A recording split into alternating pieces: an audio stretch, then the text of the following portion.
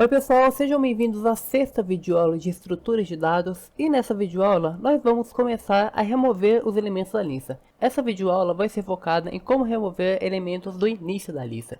Mas antes de partir para a parte do código, vamos ver visualmente como que seria isso.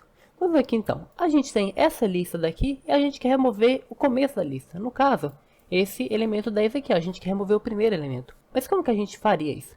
A gente poderia fazer o quê? O começo vai apontar para o próximo elemento do 10. Ao invés de apontar para o 10, ele vai apontar para o próximo, vai apontar para o 12. Então, isso já resolveria nosso problema, né? Ao invés de começar a lista do 10, vai começar do 12, depois vai do 13, 14, isso já resolveria nosso problema. Só que você concorda que esse 10 ainda está aqui na memória? Ele ainda está consumindo memória aqui? A gente não tem acesso a esse 10, ele não está na teoria, mas na lista. Só que ele está na memória do computador, consumindo memória. Então, como que a gente faria isso? Primeiro, vamos ter que criar um ponteiro auxiliar, só para nos ajudar a saber quem que a gente vai apagar. Esse ponteiro auxiliar, ele vai apontar justamente para o primeiro elemento. Como que a gente vai saber quem que é o primeiro elemento? Quem o começo está apontando. Ele vai apontar então para o mesmo elemento que o começo está apontando. Ele vai apontar para o primeiro.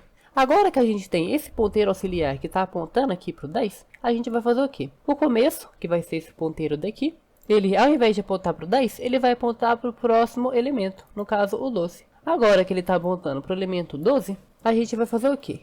A gente vai ter que limpar esse elemento 10 aqui. Como que a gente faz isso? A gente vai usar o free nesse ponteiro daqui. Aí ele vai finalmente ser excluído da memória. Mas e se a lista estivesse vazia ou com apenas um elemento? Se ela estiver vazia, não tem o que a gente remover, né? Então a função simplesmente não vai fazer nada. E se ela estiver apontando para um elemento? Se a lista tiver com um único elemento, a gente fazer essa mesma coisa que a gente fez aqui em cima, daria certo também.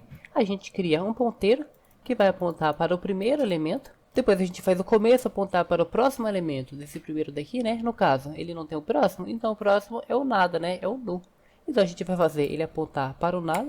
E depois que ele estiver apontando para o nada, a gente vai limpar o ponteiro auxiliar aqui, ó. Que no caso é esse primeiro elemento. Quando a gente usar o free nele, tudo isso aqui vai ser apagado. Aí quando tudo isso aqui for apagado, essa memória vai ser liberada, né? Então, esse mesmo raciocínio funciona para quando a lista também tem um único elemento. Caso ela esteja vazia, a gente faça uma verificação e simplesmente não faça nada. Agora, replicando isso no código, a gente vai ter que fazer o quê? Uma função aqui, né, para remover no início.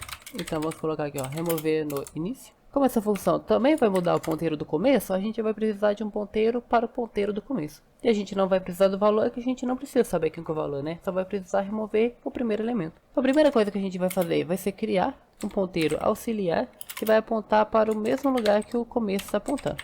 Então aqui, ó, ele vai apontar para o primeiro elemento. Assim que ele apontar para o primeiro elemento, a gente vai fazer o começo apontar para o segundo elemento. No caso, vai ser esse daqui, ó, o primeiro elemento e o próximo dele. Assim que ele estiver apontando para o segundo elemento, a gente já pode apagar esse ponteiro auxiliar daqui. E quando a gente apagar ele, a gente limpou o primeiro elemento. Então aqui, ó, eu criei um ponteiro auxiliar que apontou para o primeiro elemento, fiz o começo apontar para o próximo elemento e depois eu limpei o primeiro elemento, justamente o que a gente tinha feito. Só que isso daqui só vai ser válido se a lista tiver alguma coisa, né?